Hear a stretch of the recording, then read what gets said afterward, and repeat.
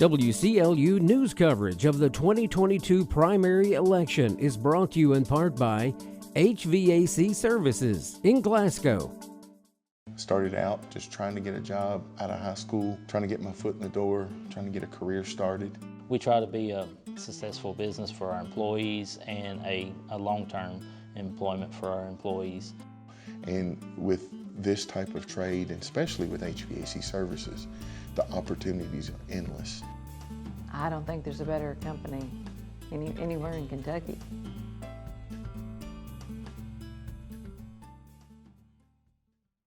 Well, hello, Tim. We're glad to have you today. Welcome to our 2022 election coverage here at WCLU. We're going to start today by just, asking you to introduce yourself. Many people might know you because you are currently on the Barren County Fiscal Court. So welcome. Thank you, Brennan. Thanks for having me. Of course, my name is Tim Coomer. I've born and raised here in Barren County, actually in District 4 that I'm currently holding position of magistrate in now. Was elected in 2018. Very lucky to be elected. Lived in District 4 my entire life. Haven't been out very many times, I don't think, but I tell people they try to run me out a couple times, but I stuck in. I've been a lifelong farmer. I worked in manufacturing at the old Donnelly's for 19 and a half years. When my oldest child started kindergarten, I wanted to be able to spend more time, and biggest decision in my life was quitting that and started working for the school system. Worked for the school system for 20 and a half years, retired from that. I've worked for the Department of Agriculture for NAS, which is the National Agricultural Statistics Service, for the last 14 years.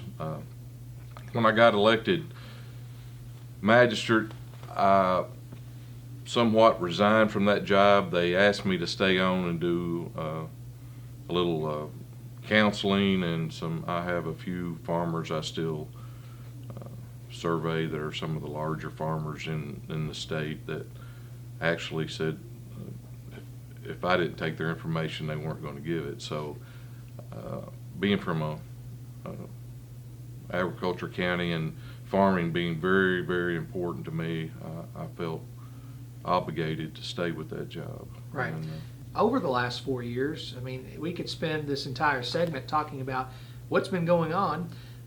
In the last couple of years, throughout the pandemic, the court has played a big role as far as being the information hub, but also now looking at how to maybe give some money back to folks who have been working through the pandemic and all that sort of thing. Talking about your involvement in the court, what do you feel like over the last 4 years has been something that really defined your time on the court? Well, first of all, I'm actually a member of 3 committees that are always there, and then recently been appointed to the ARPA Fund Committee, which we're deciding, helping decide where some of this federal money goes. I'm actually chair of the Building and Property Committee, and I thought that would be one of the simpler committees, but in the last 3 years we've, just for example, re-roofed the Justice Center, the courthouse and Justice Center. We've re-roofed the Health Department. We've worked on leaks at the Health Department. We've torn down the old jail, and so covered the courthouse with vinyl and aluminum, and so there's been a lot going on in that. And then I'm on the Transportation Committee. We've improved a lot of our equipment there. We're able actually to lay blacktop now in a different way than it's a cold mix that we run through a blacktop machine. So we purchased one of those, several new dump trucks. So that's been been quite busy on that. And then I'm on the jail committee, and of course we've had some changes in the commissary and changing things, trying to make it as efficient as possible. And then back to the ARPA committee, this has been the toughest, I think, of any, trying to decide, because so many people worked during COVID. some people were exposed more than other.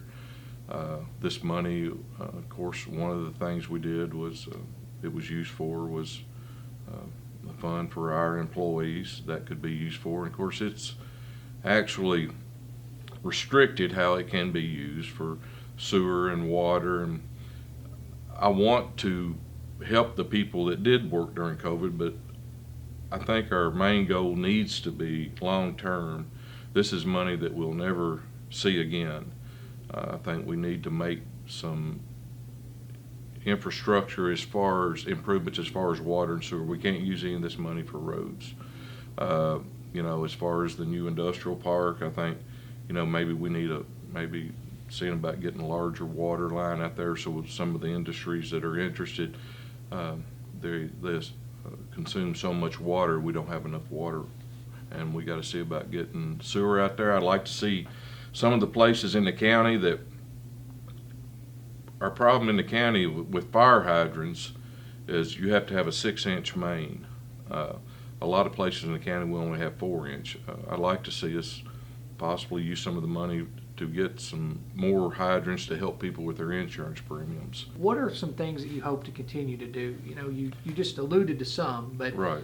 What are some big things, that don't allow me to dilute perhaps what you Right. just No, said, I understand but completely. from a county standpoint, what's a big deal if you had to say one thing? The biggest deal probably I have on my mind now is Barren County being the biggest agriculture county, as we are, number one in beef cattle. Kentucky's the biggest cattle state east of Mississippi. Barren County's the number one cattle producer in the state, number 2 in dairy, number 1 in hay production. I would love to see us attract some industry that we can use our products that we produce here. I know that, we see, in Hart County they have the Mazzolis. Is it that the They have the salad dressing? yes, Sister Schubert, and Yeah, then they have that- the T. Marzetti. Right, T. Marzetti's, I'm sorry.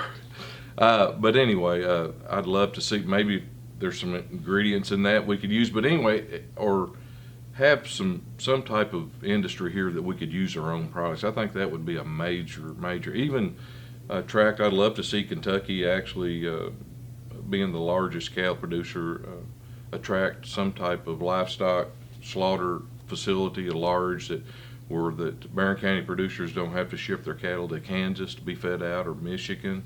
That would, of course, help with prices because you don't have that shipping. So that's, I guess, on the agriculture, that's my main goal, being in trying to see something like that happen. Right, and I want to be fair too, of course.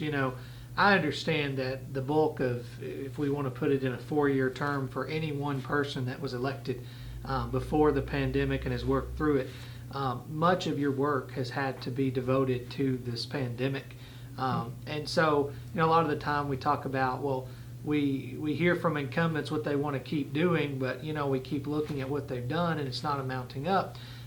When we talk about the ag sector, perhaps give some light on some things. I can think of a couple big things that have happened in the last 4 years or so in Barren County's ag sector. One of those is with the beef industry, particularly. With the pandemic, we saw such a stockpile of cattle in the Midwest that we couldn't really sell those cattle here from Barren County even to be slaughtered. And so we were seeing, farmers having to decide if they were going to lose out or when was the best time to sell. The next thing too, the dairy industry. Here in Barren County, we've seen, first thing that comes to my mind, Legacy Dairy has made a lot of strides in the last several months as a dairy institute here in the county. So going off those ideas, where are we with the current ag status in the county? I think we've improved in the last 4 years. I think you see a lot of more farm to market places, people that are actually selling their beef, that they actually grow themselves and at the farmer's market. I'd love to see that continue. I think that's people feel safer about buying that beef. They know where it comes from. I think that Legacy Dairy's been a great addition. I know it's tough for people with the competition out there to continue doing that, and they're doing a great job. I'd love to see more people. I'd love to see us have a farmer's market that we don't have to do it on the square. I'd love to see a building of some sort where people don't have to set up on the square on a rainy or cold day. I think that's one of the big things I'd love to see done in the next, my next term. Hopefully we can get that, hopefully get something accomplished there. If you had 30 seconds, perhaps, just to, in a nutshell, say who Tim Coomer is and why you're, why people should still believe in you to continue on for District 4 Magistrate, what would you say? Well, number one, I think that everyone that knows me knows that they're not going to be able to elect anybody that's going to work any harder for their district.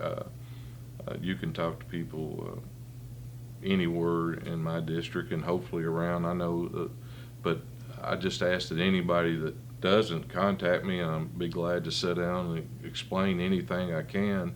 And I hope people will just understand. I guess the biggest thing that I'm not always going to make decisions to make them happy. I've got to, I think, everyone's heard the term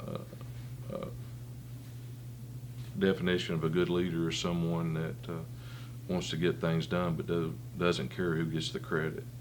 And I feel that way.